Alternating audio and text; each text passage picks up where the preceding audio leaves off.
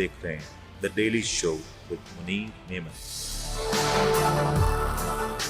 सबसे ज्यादा जो विक्टिम बनता है वो शहर कराची बनता है। हमसे कोई सवाल करे कि पिछली जाली मर्दमशुमारी को आपने मंजूरी क्यों दी थी?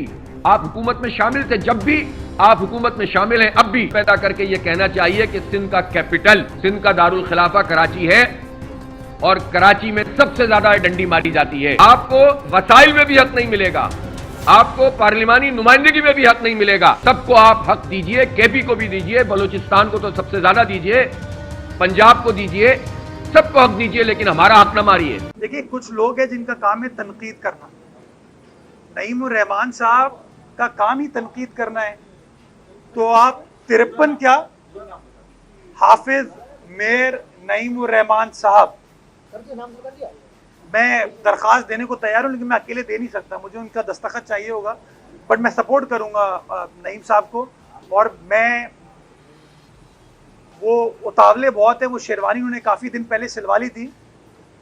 अगर साइज थोड़ा ऊपर नीचे हो जाता है, पैंट शर्ट पहन के घूम रहे हैं आजकल ना वो, तो अगर शेरवानी भी उनको ऑल्टर करानी है तो उसके लिए भी मैं उनके साथ जाने को तैयार हूँ। मेरे भाई हैं, मेरे दोस्त हैं।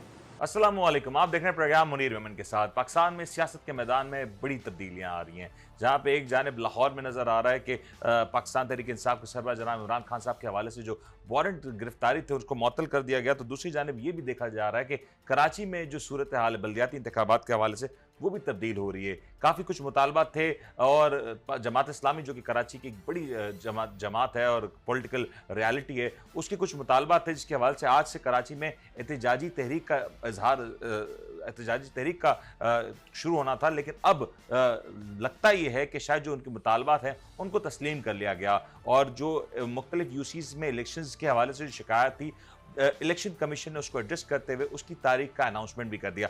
इसी हवाले से क्या कुछ हो रहा है बात करने के लिए हमारे साथ ज्वाइन करें जमात इस्लामी के सीनियर रहनुमा जनाब नजीब अयूबी साहब, और उनसे जरा जानते हैं कि जो जमात इस्लामी ने एहतजाज का जो प्लान दिया था, क्या अब इलेक्शन कमीशन के इस अनाउंसमेंट के बाद ये एहतजाज इसी तरीके से कंटिन्यू होगा या फिर इलेक्शंस की तैयारी की जाएगी? नजीब साहब अस्सलाम वालेकुम। नजीब साहब, आपको मुबारकबाद दूं या कराची वालों को मुबारकबाद दूं, क्योंकि आपका एहतजाज नहीं हो रहा और कराची में कोई सड़कें भी ब्लॉक नहीं होंगी और कराची वालों को भी एक मुस्बत अमल है कि जो मुतालबात थे कराची की आवाम के हक में वो शायद पूरे होते हुए नजर आ रहे हैं। जी अल्हम्दुलिल्लाह, ये कराची की एक बहुत बड़ी कामयाबी है और जमात इस्लामी भरपूर तरीके से हाफिज नईमुर रहमान कराची का मुकदमा लड़ रहे हैं। और उन्होंने ये वाज़ेह तौर पर ऐलान किया था कि अब पानी सर से ऊंचा हो चुका है और इलेक्शन का ऐलान करना चाहिए ज़मीनी इंतखाबात के। और आज 10 जगहों पे धरने थे और धरने भी इस तरह के कि वो मतलब कंटिन्यू रहते उस वक्त तक जब तक ऐलान ना होता। लिहाजा इलेक्शन कमीशन ने हवाओं का रुख देख लिया और शुक्र है कि उन्होंने ऐलान कर दिया। अब सूरत हाल ये है कि धरने मनसूख कर दिए गए हैं, लेकिन कल इदारा नूर हक में जमात इस्लामी वर्कर्स कन्वेंशन कर रही है, जिससे अहम ऐलान इंशाअल्लाह। लेकिन नजीब साहब, आपको क्या लगता है वजह क्या बनी? क्योंकि अगर मैं आज धरनों की कॉल को 1 मिनट के लिए माइनस कर दूं और निगलेक्ट कर दूं, तो आपको नहीं लगता कि इस अमल में या इस अनाउंसमेंट में बहुत ताखीर ऑलरेडी कर दी गई? और अभी तक तो कराची का जो मेयर था उसका अनाउंसमेंट हो चुका होना चाहिए था, लेकिन अभी तक तो हम इलेक्शंस के मरहले से बाहर ना आ सके। जी, असल में यही वो बातें हैं कि इलेक्शन के नताइज को तस्लीम नहीं किया जा रहा और ज्यादा से ज्यादा टाइम इन इलेक्शन कमीशन को दिया गया ताकि वो रिगिंग कर सके और पीपल्स पार्टी की सीटें बढ़ा सके। हालांकि करना ये चाहिए था कि वो रिजल्ट को अपने पास इलेक्शन कमीशन इस्लामाबाद मंगा लेता और उसके बाद जो हमारी तो हमने शिकायत दी थी उस पर जायजा लेके 15 दिन के अंदर ये फैसला हो जाना था। और कराची के मेयर का इंतखाब जो है मुकम्मल हो जाता। लेकिन अब 2 महीने मुकम्मल हो गए हैं, लिहाजा क्योंकि पानी सर से ऊपर हो गया था, लिहाजा 10 शायरों पे हमने ये किया धरने का ऐलान। और अल्लाह का शुक्र है, चले जी अब 18 अप्रैल की तारीख आ गई है और 22 मार्च जो है उसमें कागजात नामजदगी जमा होने की आखिरी तारीख है। बिल्कुल ठीक है, लेकिन नजीब साहब अब वे फॉरवर्ड क्या होगा? ये इलेक्शंस हो जाएंगे, इसके बाद भी हम एक्सपेक्ट कर सकते हैं कि कराची के मेयर के हवाले से जो एक बड़ा सवाल निशान बना हुआ है ये हल हो सकेगा? देखें, पीपल्स पार्टी की तो कभी भी ये कोशिश नहीं रही कि नीचे अवाम को इख्तियारात ट्रांसफर किए जाए। सुबह सिंध का जो पहला मरहला था इलेक्शन का, उसके नताइज भी आ चुके हैं, लेकिन उन्होंने अभी तक ट्रांसफर नहीं किया है। हाफिज नईमुर रहमान कराची की जंग नहीं लड़ रहे, हाफिज नईमुर रहमान पूरे सिंध की जंग लड़ रहे हैं। और उनका कहना यह है कि जब सिंध के हिस्से में इलेक्शन पहले हो चुका है तो वहां पर भी ऐलानात हो जाने चाहिए, वहां पर लोगों को काम करने का मौका मिल जाना चाहिए। लेकिन कराची चूंकि सबसे बड़ा शहर है, मुल्क का माशी हब है, इसकी मेयरशिप एक बिल्कुल मुख्तलिफ माने रखती है और यहाँ का वाज़ेह मैंडेट आया है। पीपल्स पार्टी तीसरे नंबर की पार्टी थी, लेकिन उसने अपने जाली मैंडेट को जाली तरीके से हासिल करने की कोशिश की और हाफिज नईम ने शुरू दिन से ये मौकफ रखा हुआ है कि पहले गिनती पूरी करो और उसके बाद कोई बात होगी। लिहाजा अब आप देख रहे हैं कि उल्टी गिनती शुरू हो चुकी है पीपल्स पार्टी ने। तो नजीब साहब, अगर मैं अभी इस वक्त की पोजीशन के हवाले से बात करूं, कितनी सीट्स पे मजीद इलेक्शंस होने हैं और कितने पे हो चुके हैं और अब तक की जो नंबर्स हैं वो क्या हैं, अगर वो आप इस वक्त रिफ्रेश कर सकें प्लीज। देखिए, इस वक्त तो सूरत हाल ये है कि जमात इस्लामी की 86 सीटें हैं और पीपल्स पार्टी की 83 सीटें हैं। ठीक है। इस एक सीट चूंकि किमाड़ी की इलेक्शन मनसूख हुआ है तो वहां पर दोबारा इलेक्शन होगा। ठीक है। तो जमात इस्लामी की बरतरी तो ये 2 सीटों के हिसाब से है, लेकिन 11 सीटों पे जो इलेक्शन होंगे तो इसमें से 7 सीटें हम समझते हैं कि वो जमात इस्लामी को इस लिहाज से मिल जाएंगी कि उनके नीचे काउंसलर जो है वो जमात इस्लामी के जीते। ठीक है। तो जब काउंसलर की सतह पर जमात इस्लामी की जीते हैं तो चेयरमैन और वाइस चेयरमैन का इंतखाब जो है उसी बुनियाद पे हम अंदाजा लगाएं। 20 हमारे पास ऐसी यूसीज हैं कि जिसको हमने पीपल्स पार्टी ने जाली तरीके से हथियाई है, रिगिंग की और जाली तरीके से उसको अपने खाते में डाला है, तो वो केसेस हमारे जेर समाअत है। जब उसका मामला हो जाएगा तो ये वाज़ेह तौर पे हमारी सीटें 104 प्लस हो जाएगी, तो इसके बाद कोई मसला इंशाल्लाह रहेगा नहीं।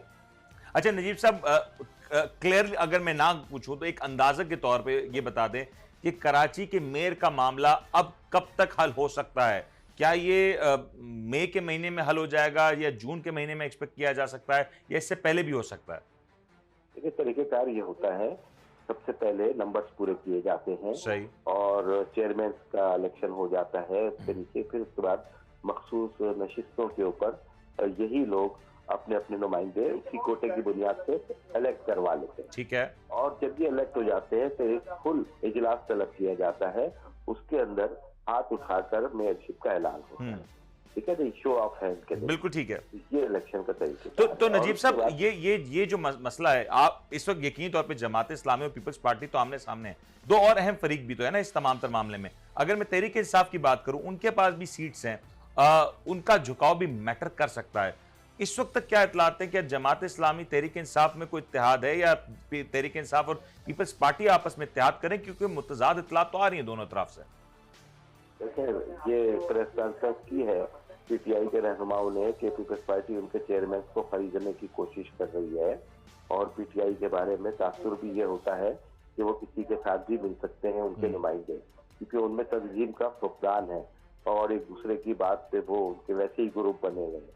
लिहाजा ये सबसे कमजोर पार्टनर होगा अगर पीपल्स पार्टी उन पर एतमाद करे या जमात इस्लामी उन पर एतमाद करे।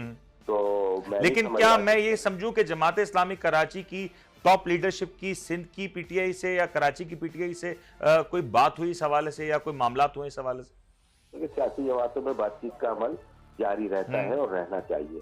पीपल्स पार्टी से भी बातचीत हो चुकी है, वो लोग आए थे हमारे दफ्तर में। ठीक है। दिलदार नूर हक और हाफिज साहब खुद पीटीआई के रहनुमाओं के पास गए थे और एक लाइन ऑफ एक्शन ड्रॉ की थी और वर्किंग रिलेशनशिप के ऊपर बात हो सकती है, चीजें हो सकती हैं, लेकिन असल मसला यह है कि सबसे पहले गिनती पूरी हो जाए। बिल्कुल ठीक। गिनती पूरी हो जाने के बाद इंशाल्लाह कोई ऐसे मसले नहीं रहेंगे। अच्छा नजीब साहब, एक और बड़ा इंटरेस्टिंग फैक्टर है, एमकेएम आज भी इस पूरे इलेक्शन के प्रोसेस के ऊपर सवाल उठा रही है। इनफैक्ट आज भी अदालतों में ये केसेस जेर इल्तवा हैं कि क्या ये इलेक्शंस जो हुए ये ठीक हुए, इसकी टेक्निकलिटीज मुकम्मल की गई, इसकी मोडालिटीज को पूरा किया गया। आपको लगता है कि ये इस वक्त एक जो तलवार लटकाई जा रही है या तासुर दिया जा रहा है कि इस पूरे इलेक्शन को नल एंड वॉइड किया जा सकता है, क्या ऐसा कुछ भी एक्सपेक्ट किया जा रहा है? देखिए, एमकेएम की जहां तक बात है, वो एक ऐसा बच्चा है जिसके मुंह में चुस्नी डाली हुई है सिंध हुकूमत ने, और बस वो चुस्नी की वजह से वो चीजें कर रहे होते हैं। तो सिंध हुकूमत की जब भी जरूरत होगी एमकेएम को किसी मकसद के लिए इस्तेमाल करना शुरू कर देंगे और उनको बहुत सारे लॉलीपॉप मुख्तलिफ इदारों ने दिए हैं, वही सिंध हुकूमत भी उनके साथ। लेकिन नजीब साहब, आपको नहीं लगता कराची जैसा बड़ा शहर है, इतना बड़ा शहर का अगर कोई मेयर इसका इलेक्शन हो जाता है, वो इंतखाब हो जाता है और फिर अदालतों में इस तरह के अगर केसेस ज़ेरे इल्तिवा होंगे तो फिर कराची के अवाम को या वो जो इदारे हैं जो इस कराची के प्रोजेक्ट को फंड करते हैं उनको कैसे ट्रस्ट आएगा? आप लोग ने कभी अदालतों से अप्रोच नहीं किया कि अगर इस तरह के मामलात हैं जो कंट्रोवर्सी क्रिएट कर रहे हैं उसको जल्द अज जल्द निपटाया जाए ताकि क्लैरिटी आ सके? देखिए, हाफिज नईम रहमान साहब जब भी इस्लामाबाद में पेश हुए हैं इलेक्शन कमीशन ऑफ पाकिस्तान, उन्होंने यही बात की है कि इलेक्शन कमीशन इन मामलात के अंदर एक गैर जरूरी हथकंडे इस्तेमाल ना करे और ताखिरी हरबे इस्तेमाल ना करे। अगर वो ऐसा करेगा तो उसके नतीजे में मायूसी बढ़ेगी और सवालिया निशान खड़े होंगे इलेक्शन कमीशन। सिंध का तो इलेक्शन कमीशन पीपल्स पार्टी की गोद में बैठा हुआ है और हमने उन्हीं के खिलाफ तो इस्लामाबाद से रुजू किया था, वफाक से रुजू किया था। कुछ केसेस जो सिंध के अंदर वापस कर दिए गए तो उस पर भी हमारा ये एतराज था कि जिनके खिलाफ हमने अपील की आपने उसी के पास वापस भेज दिया है। तो ये धरल सवालिया निशान अपनी जगह मौजूद है, लेकिन मैं समझता हूँ कि इलेक्शन कमीशन को अपनी जिम्मेदारी पूरी करनी चाहिए और गैर जरूरी ताखीर अगर वो करते हैं किसी भी मामले में, उससे यही तासुर बनेगा कि वो सिंध हुकूमत की बी टीम है।